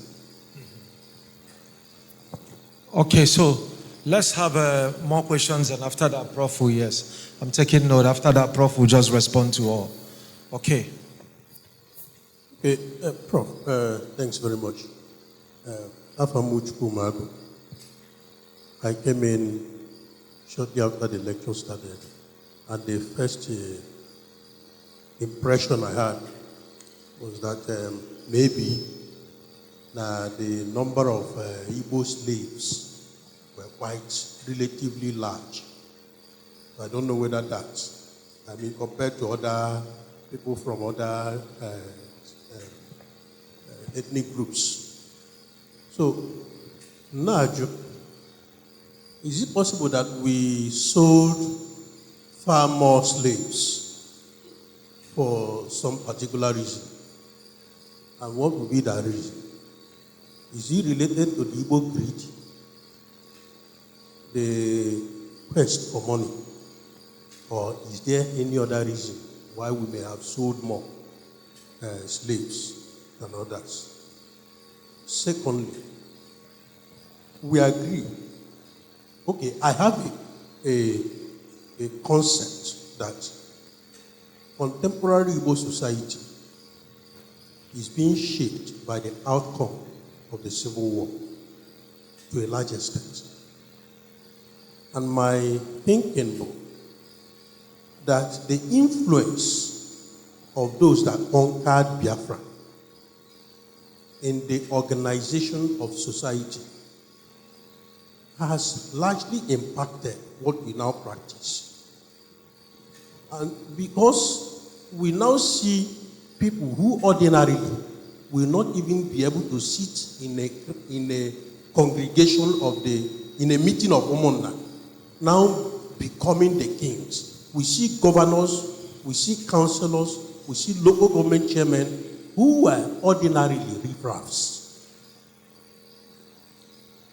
Now, I don't know to what extent you think that this, my theory, may make sense, and what you think may be the way to reclaim governance and put it back into the hands of right-thinking men. Because indigenously, the people that govern Igbo land, Igbo Nweze, you earn the right to govern.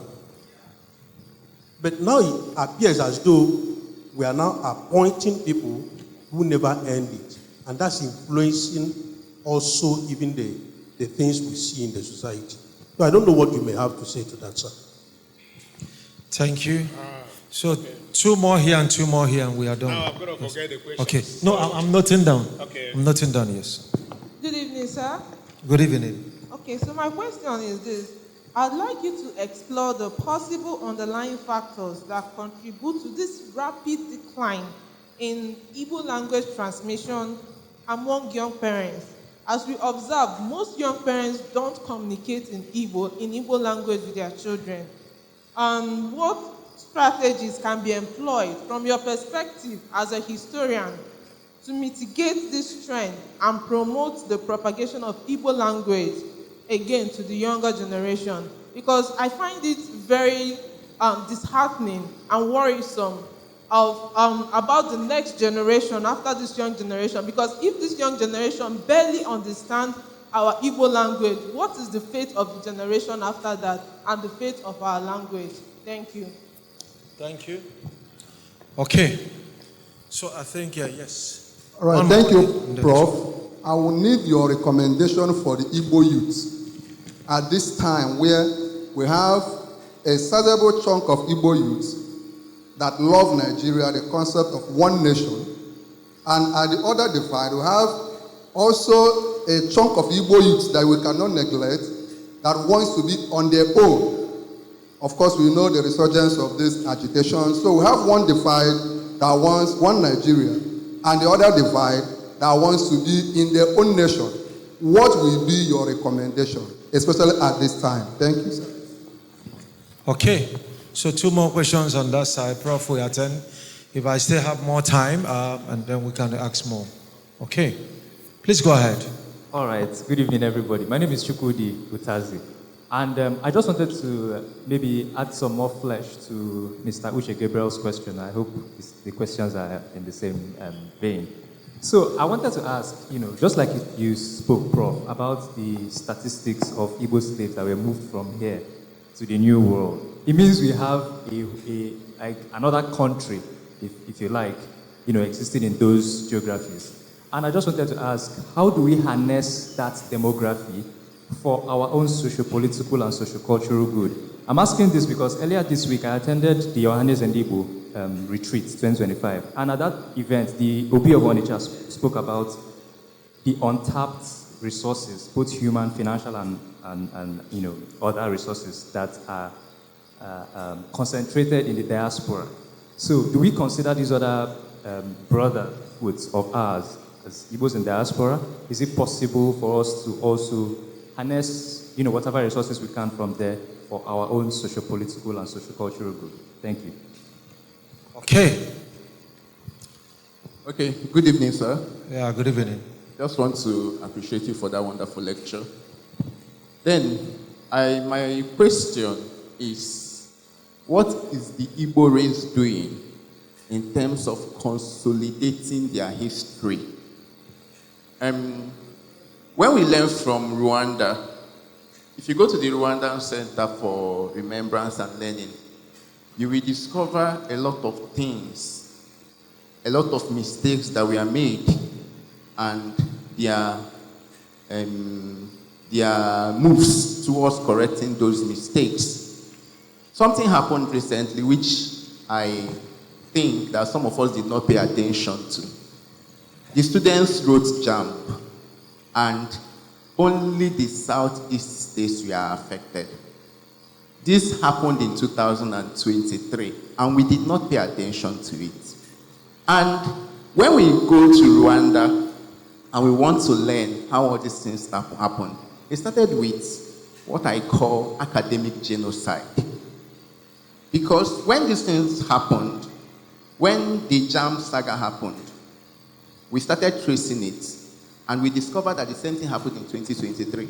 I called my friend who is a data analyst and all these web designers and the rest. He told me that there is no way an exam that has the same format will have different channels of disseminating. That is to say that if a data here is affected, that means the entire exams should be affected. I was expecting the Igbo race to raise a voice, and I discovered that it was only non-academic staff unions of the University of Nigeria we are raising voices. And if we don't pay attention to these things, if you don't learn from the situations if you don't learn from Rwanda, to know that the Hutus were kind of being suppressed by the Tutsis, their academic learning, their prowess, we are bound to repeat that same mistake. Because if you look at the Nigerian situation, and if you look at the history of JAMB over the years, Igbos have been the one topping the charts, both in academics. If you look at the academic level of the Southeast, you will discover that Igbos have been the one topping the charts. And JAMB released a statement which we don't know the purport of that statement. When they said that they improved on their system to check exam malpractices, it was an indirect way of saying something, that these people are condoning exam malpractice. An indirect way of trying to downplay our academic prowess. So, and this concept of ИГБО GA-ADị that we are trying to kind of advocate for, that we are trying to fight for, we cannot actually achieve this if the Igbos don't come up with a voice, if we don't try to speak up in things of this nature. When I told someone, okay, this is an thank you so much. Thank you, sorry. Thank you so much. Thank you. Okay, and finally, I see Riches, and then we need one lady. Is there any lady that wants to ask a question? Okay, I think yes, and finally, so Riches and her, and then we'll get back to Prof.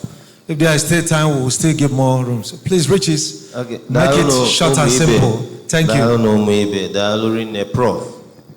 It's a privilege to be here. Mr. CEO. My question, so if we want to start learning mathematics and physics in Igbo language in the year 2026 latest, what is the fastest way to get that done, considering the current governance structure? Like, what is the solution? How can we start putting that into action? That physics, maths, and every other of these subjects we learn, secondary level, university level, we are learning them in Igbo language, textbooks in Igbo language. How do we get that done by 2026? Thank you, sir.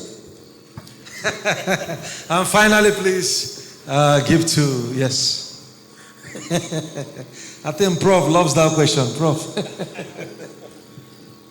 Good evening, everyone. Yeah, good evening. Yeah, so my father recently, he started documenting our language. I'll say my indigenous language. I'm from Okana in Udi. So when we speak, he tries to trace each word to the roots.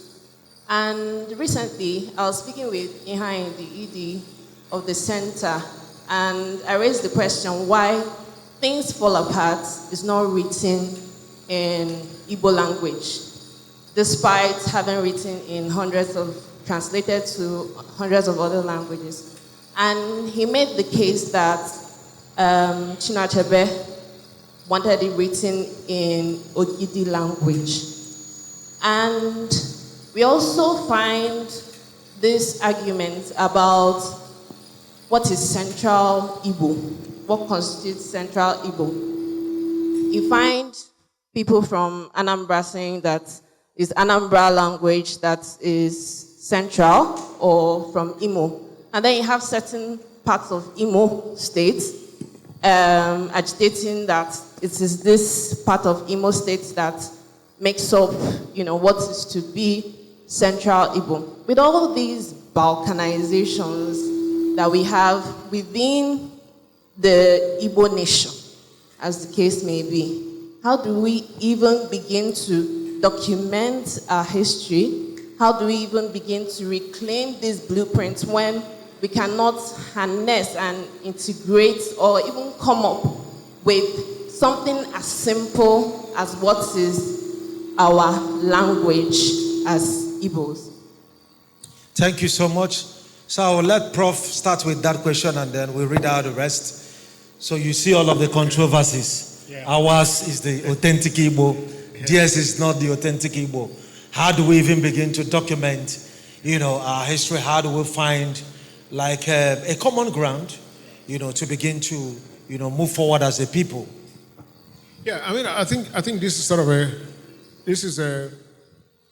complex issue. Some of the early orthography were actually written not by Igbo people, right? And the complexity of language is the area for people in linguistics. But I'm going to give you my own view and perspectives. Over time, there's been some attempt to create what is known as Iwezwe, or sort of a common orthography that everyone will be able to understand. Because there's certain parts, if somebody from Nsukka is speaking Afikpo, I will not understand, or Hafia. But there's an acceptable orthography that most people would understand. I think Obalo and others have done a lot of work. It's something I think the Igbo states or Igbo intellectuals or Igbo groups and associations, should come together and work to develop a common system of language that draws from the different cultural groups and that is understandable and intelligible to every Igbo person.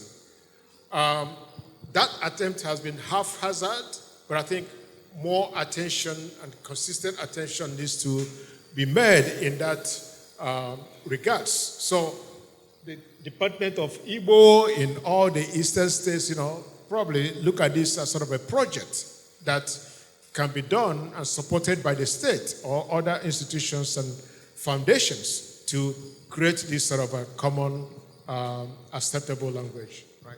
I don't know if this makes sense anyway. Thank you. Prof, we have 10 questions to go. How many minutes do we have? Let me know how many minutes? Do we have 10 minutes? Maybe one minute for each question. How many minutes to go? We're out of time? We're past. Can we get 10 minutes for Prof to respond? One minute to each of the questions? Is it possible? So, yeah. Prof, please. I'm sure many people want to just, even if it's hello to their question, right? Okay, so I take it maybe in the descending order. So if one wants STEM courses, right? Physics, mathematics, to be learned in Igbo language by 2026, what's the fastest route? Well, I think technology is very important in the way people are recreating and creating knowledge, right? Artificial intelligence, I think these are areas that we need to explore. How can you use AI? How can you use technology? How can you write, programs in Igbo, right? How can you have Igbo in Google, so that it becomes a language that, young people can understand, because that's the medium through which they are accessing the world and information. So, and learning these sort of things in indigenous language, I think, is also very important. But 2026 is very ambitious. Okay, so a young man there expressed his worry, citing Jamban, Rwanda experiences, wondering if the Igbo nation is actually leveraging history to protect the future. Citing instances there could be like a possible annihilation gradually, So how do you think we can leverage our knowledge of history to begin to protect the future as a region? Mm-hmm. Yeah, essentially, I began this lecture by emphasizing that history is what actually gives you direction. You understand the past, you understand the present, and you want to project on the future, right? So without history, you can't even think and understand where society is going. You can't make policies and programs that are in line with, right, addressing the past, whether it is inequalities, past inequalities, or whatever. And you can't even negotiate in terms of inter-ethnic relationships if you have no knowledge of history and how history shapes public policy at the local as well as the federal levels. Okay, thank you. And Chukwudi, I think, is that Chukwudi or Taz? Yes. So he wondered if Igbo can actually take advantage of, the massive demography, we have in the Caribbean, right? And other nations to the, can it be of any socio-economic benefit to Igbo? How can we leverage on that to ensure faster development for the Igbo nation? I think there's basically two diasporas. One is a diaspora that emerged in the context of the Atlantic slave trade. And that diaspora, of course, has its own tensions between that African diaspora and people in the continent. Because to a large extent, the tension is there. The idea that, they were sold into slavery, and part of that, blame lies on people in the continent. So we need to bridge the gap and divide between that diaspora and those new diaspora as well as the continent itself. I think that kind of bridging and understanding our connections is the most important way to go. But we can rely on the new African diaspora, mostly new migrants beginning from the 1960s and for developmental purposes. Okay, right? okay. Okay, and then Mr. Sampson requested to know what would be your recommendation. Some Igbo young persons want to remain in one Nigeria, others are agitating for Biafra. What would be your recommendation? Biafra or one Nigeria?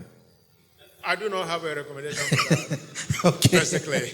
But I think, what is fueling the new, Biafra movements is some basic acceptance that the conditions that led to the war and the post-war conditions have not been addressed.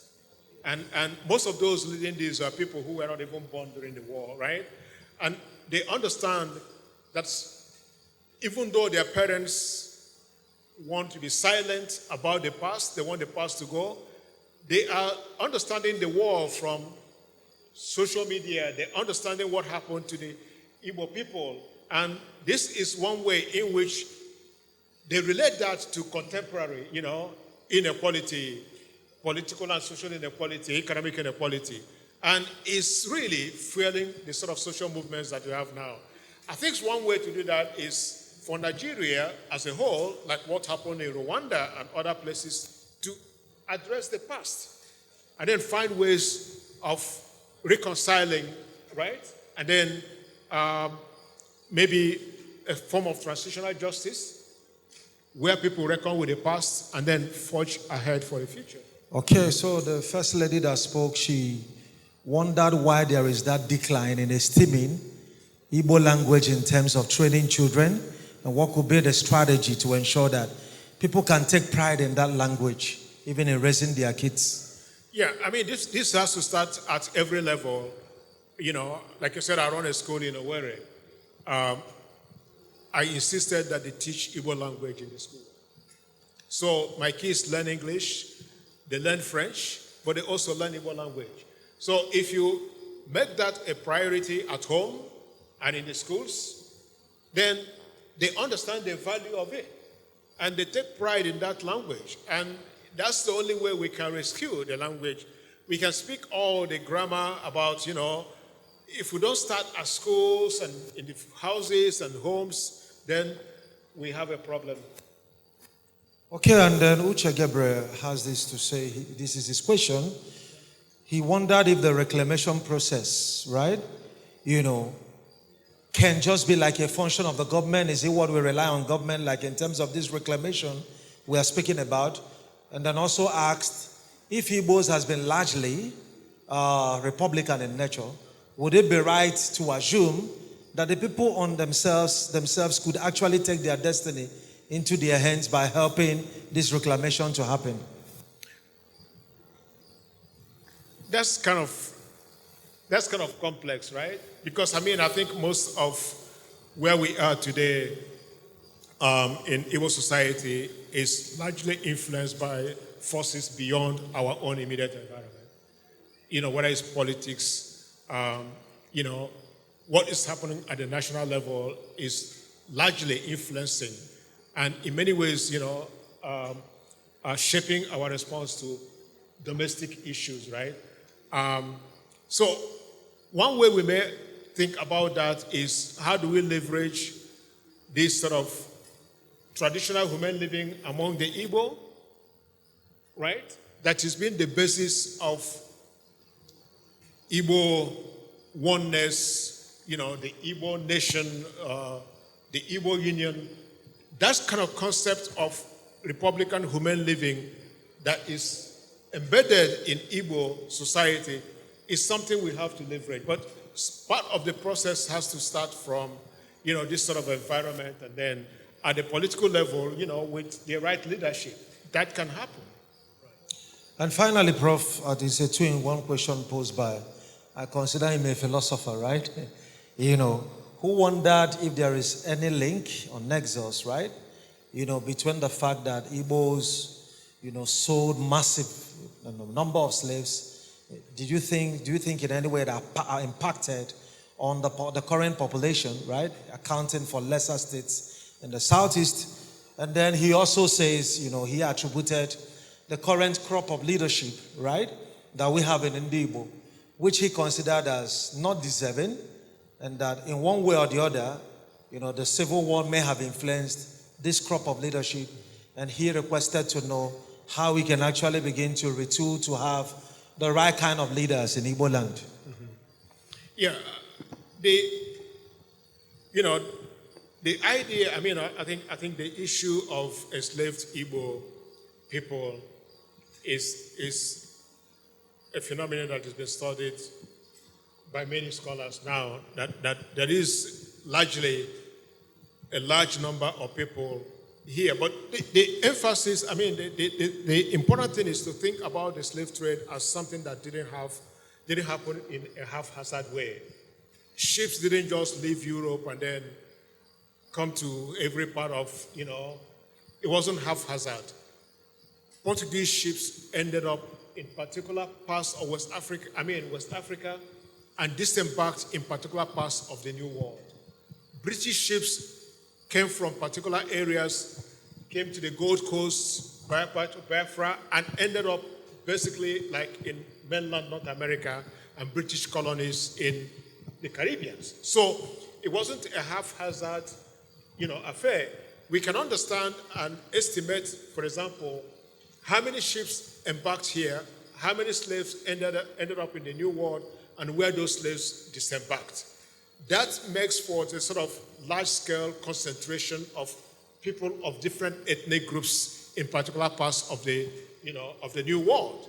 And the process through which large numbers of people were enslaved here was quite different from centralized societies, where, in fact, states emerged, like in Senegambia and Ghana, where states emerged to create the conditions for enslavement, making wars. But here, it was a different process. There was no wars, basically no wars, but kidnapping and, the Arrow developed a unique system that garnered enslaved people throughout Igbo land through those networks. And it was a very efficient system that channeled so many people, right, into the Atlantic. I don't know whether that makes sense in terms of... Yeah, thank you so much, Prof. And I think on this note, we're out of time. I want to thank Professor Korieh for such an incisive section, and also the Center for Memories. Can we once more celebrate Professor Korieh for this wonderful lecture? Thank you so much, Prof.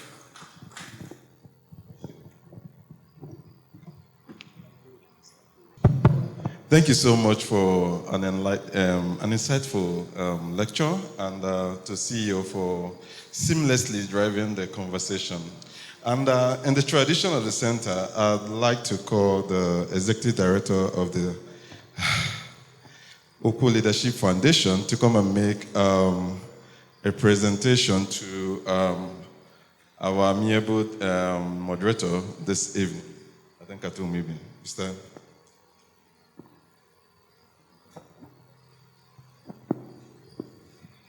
Well, good evening, Prof.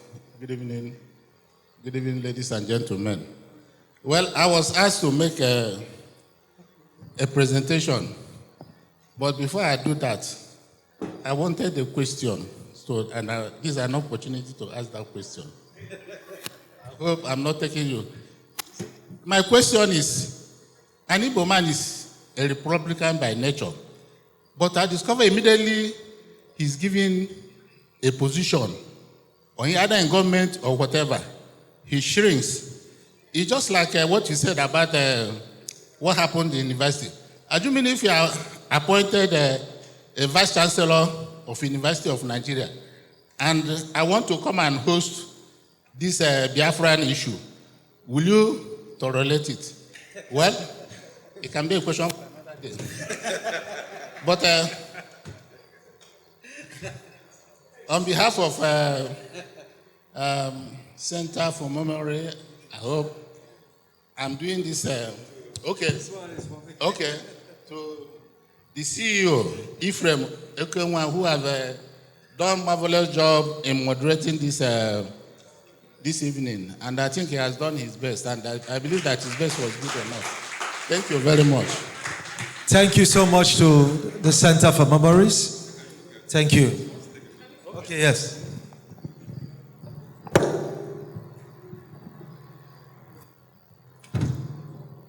After the pictures, I would like to invite Chief Ben Etiaba to make a presentation to the speaker for today's session, and also to give a vote of thanks for today's event. Thank you, sir. Thank you very much, the Executive Director of the Center. Once again, I've been asked on behalf of the leadership of the Center for Memories to appreciate the distinguished lecturer for this month, who has spoken so wonderfully on Ìgbò GA-ADỊ, reclaiming the Igbo blueprint in the cultural and political evolution of Sub-Saharan Africa. But before I give him the plaque, which is the main presentation, there's a token from the center, and it's my privilege to hand that over to you, Prof.